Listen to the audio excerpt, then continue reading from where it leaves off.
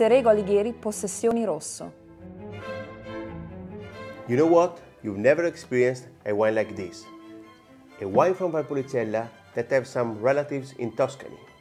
This Possessioni Rosso from Serego Alighieri is a wine from Valpolicella that bring some Tuscany values in terms of grape variety.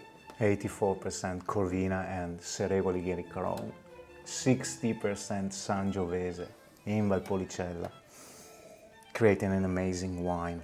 The color is so bright, so the cherry, blueberry, blackberry and plum, cooked plum, and so on the mouth, keep very long. It's so long taste.